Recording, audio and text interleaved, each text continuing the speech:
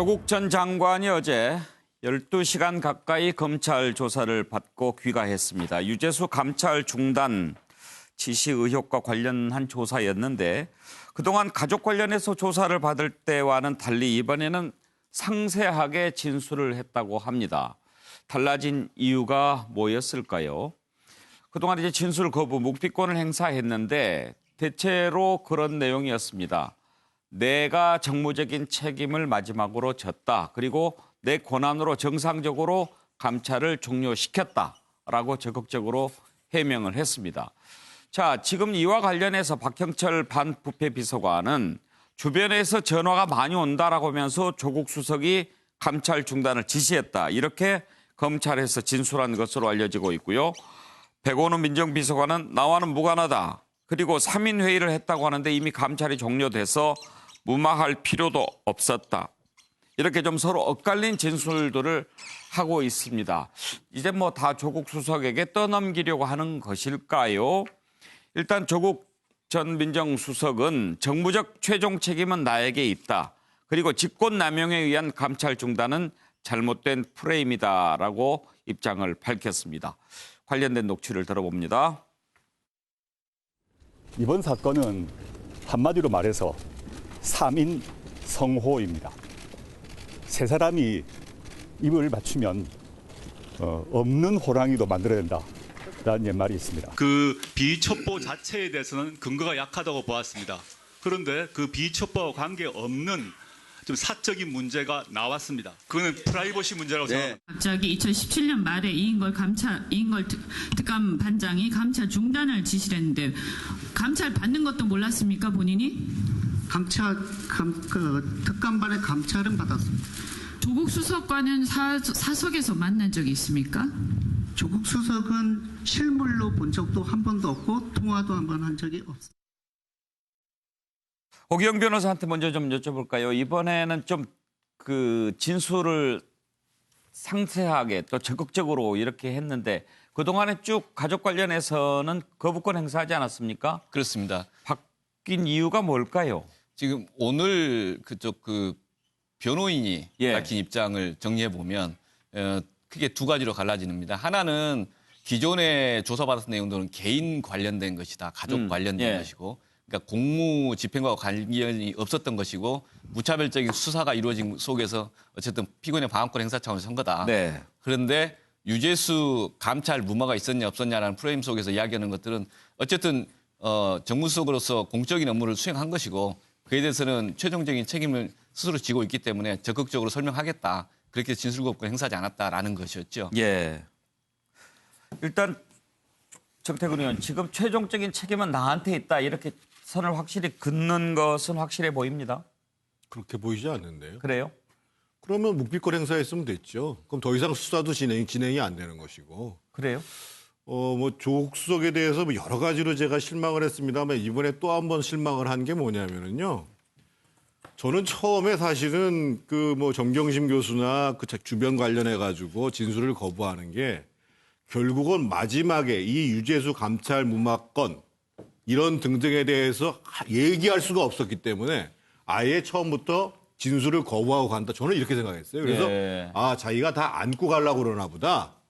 이런 생각을 해서 그런 대로 뭐 어떻든 조국 수석 선에서 사건이 매듭되겠구나 이렇게 생각을 했는데 또 이거는 나가서 진술을 해요. 근데 그 전에 얘기를 한 사람들 보면 뭐 박형철이든 백원우든 심지어는 거의 지금 그 윤도한 홍보수석이 유재수의 대변인인 것처럼 해명하는 거 보면 안 맞는 사실만, 그것도 맞는 사실에 대해서는 아무 얘기도 안 하고 하면서 그거는 제가 딱 보니까 메시지가 조국 수석한테 네가 가라 하와이예요. 친구에서 나오는 것처럼. 네가 다 책임지라 이거예요. 그러니까 조국 수석은 하와이까지는 못 가겠고 괌까지만 가겠다. 내가 다 책임질 생각이 없다. 기본적으로 내가 주로 책임지겠지만 내가 모든 것을 책임지지 않겠다. 저는 그렇게 읽겠습니다. 오늘. 그래요? 네? 좀 보충하면 예, 오기영 변호사. 예. 지금 현재 저도 이 자리에서 계속 그 수사 상황에 대해서는 수사 기록을 1차적으로 보고 그 진술을 아는 사람만이 제대로 지금 판단할 수 있는데 이제 외부에서 듣는 이야기 갖고는 게 제한적이라는 걸 전제로 하나만 지금 말씀하신 것 중에서 유재수의 개인적인 비리나 어떤 것에 대해서 누가 방어하고 그럴 필요가 없고 책임질 사람 책임져야 한다고 생각을 합니다. 근데 그거 별개로 지금 초점이 되는 것은 감찰 무마가 있었냐라는 프레임을 갖고 이 감찰 무마한 것이고 그게 직권 남용이다라고 하는 주장이 있지 않습니까? 예. 근데 그 주장 자체에 대해서 감찰이라고 하는 것 자체가 그 수사권이 없는 청와대 그 민정수석실 입장에서 보면 감찰을 하려고 보니까 본인들이 이게 자료 제출을 거부하면 실제 클 수가 없는 것이고 일정이 진행된 상태에서 사라진 상태다. 그러니까 그 상태에서 그대로 끝난 거다. 이것을 이 직권 남용의 일종인 그런 프레임하에서 설명하는 감찰 무마 중단이라고 보는 건 아니다. 이 점에 대한 공방입니다, 지금. 예. 그러니까 이 점에 대해서는 별도로 이제 정무적으로 책임을 지겠다라고 발언을 하고 있는 걸로 이렇게. 근데 저는 추정입니다만 다르게 생각하는 게 어저께 8시간 조사하고 조서까지 해서 11시간 했다는 거 아닙니까? 그런데 이전에 김태호 전 수사관의 얘기에 따르면 이미 감찰을 진행했을 때 뜨는 것만 남았다는 거였었어요. 그 얘기는 무슨 얘기냐면 이미 범죄 사실이 상당 정도 드러났다는 거예요. 거기에 대해서 조국 수석은 국회에 나와서 뭐라고 얘기했냐면 경미한 개인적인 비위가 있었다. 이렇게 얘기를 했어요. 그러면 지금 본인이 변호사를 통해 가지고 정무적인 판단을 내가 했다라고 얘기하는 것은 사실은 앞의 내용에 대해서는 예를 들어 제가 추정할 때 보고받은 바 없다라는 식으로 변명을 했을 거예요, 기본적으로. 그러면 결국은 자기는 내가 직권 남용한 것은 아니지만 정무적인 판단에 대해서 책임지겠다라는 수준의 얘기를 하고 있다는 거예요. 그래서 제가 봤을 때는 아까 네가 가라 하와이 했는데 나는 감까지만 하겠다고 말씀을 드린 거예요. 그러니까 여기서 초점이 되는 것은 김태우 말이 맞냐, 누구 말이 맞냐를 여기서 어떻게 확인하냐 이겁니다. 그래서 어느 한쪽 이야기를 갖고 단정적이보다는 그건 이인걸도 수사는- 똑같이 얘기하잖아요. 아니 그러니까 서로 다 확인이 필요한 거죠. 예. 자, 지금 조국 전 장관이 입장을 바꿔서 좀 적극적으로 진술을 하게 된 이유가 뭘까 생각해 보고 있는데요. 김영주 의원은.